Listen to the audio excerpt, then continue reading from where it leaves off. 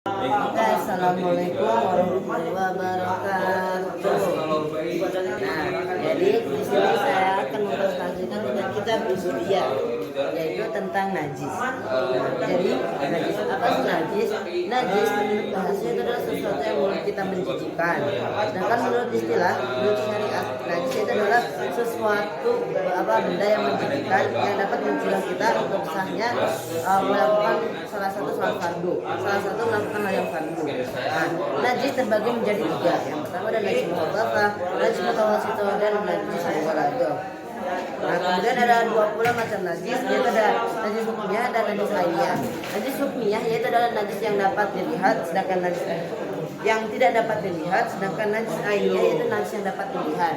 Nah, najis hukmiyah itu ada tiga. Yang pertama yaitu mukhaffafah, najis ringan.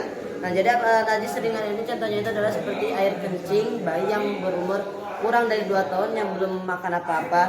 Apabila najis kencingnya itu tidak terlihat, maka membersihkannya hanya dengan membersihkannya saja. Kemudian najis hukmiyah mutawassithah, yaitu yang sedang. Nah, jadi contohnya sedang itu adalah selain air kencing bayi yang kurang dari 2 tahun dan selain anjing dan babi. Nah, contohnya itu misalnya kotoran manusia. Nah, kotoran manusia itu hanya dengan mengalirkan air. Apabila hukmiyah kan tidak terlihat, jadi cuma ada baunya saja, berarti hanya mengalirkan air saja.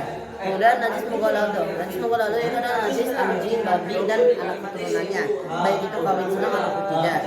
Nah, jadi cara membersihkannya itu adalah dengan 7 kali gosokan. Misalnya gigi kita, tangan kita itu kayak disilat, kemudian udah lama kering kan nggak kelihatan, yaitu 7 kali pakai debu salah satunya yang bersih, debu ataupun pasir.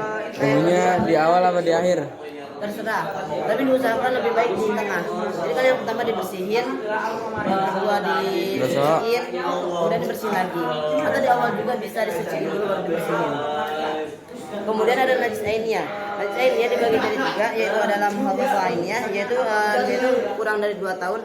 Jadi ainiyah itu najis yang terlihat. Jadi misalnya ada bayi kencing, nah itu bekas airnya itu masih terlihat. Caranya itu dengan membersihkan air. Kemudian najis yang mukhaffafah, mutawassithah. Mutawassithah itu yaitu selain bayi 2 tahun dan selain babi dan anjing. Yaitu misalnya kotoran manusia yang terlihat bentuknya, yaitu dengan cara mengalirkan air sehingga hilang baunya, hilang rasanya, dan hilang warnanya, bentuknya. Sulaiha. Sulha. Kemudian Ikon ngajar ba amal yo. mughalladhah. Bang aja ika aja dulu kakun. Kemudian ada najis mughalladhah ainiyah, yaitu najis berat, yaitu contohnya seperti yaitu najis babi dan anjing. Misalnya kita digigit, ada bekasnya, dan itu memakai 7 kali satu bulan berdebu.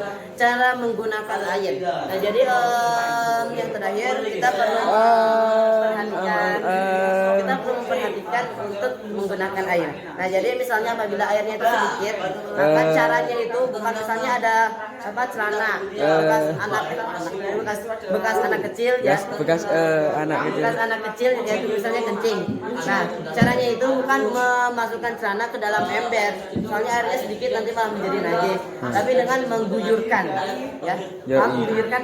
Ya, itu. Nah, jadi najisnya itu paling banyak itu 20 atau lebih ya. Nah, jadi menurut beberapa pendapat najis 20 yaitu adalah 174,580 liter. Ada pula yang mengatakan 176,245 liter dan ada yang mengatakan 270 liter. Oke, sekian saja dari saya. Kurang lebihnya mohon maaf. Wassalamualaikum warahmatullahi wabarakatuh. Waalaikumsalam warahmatullahi wabarakatuh.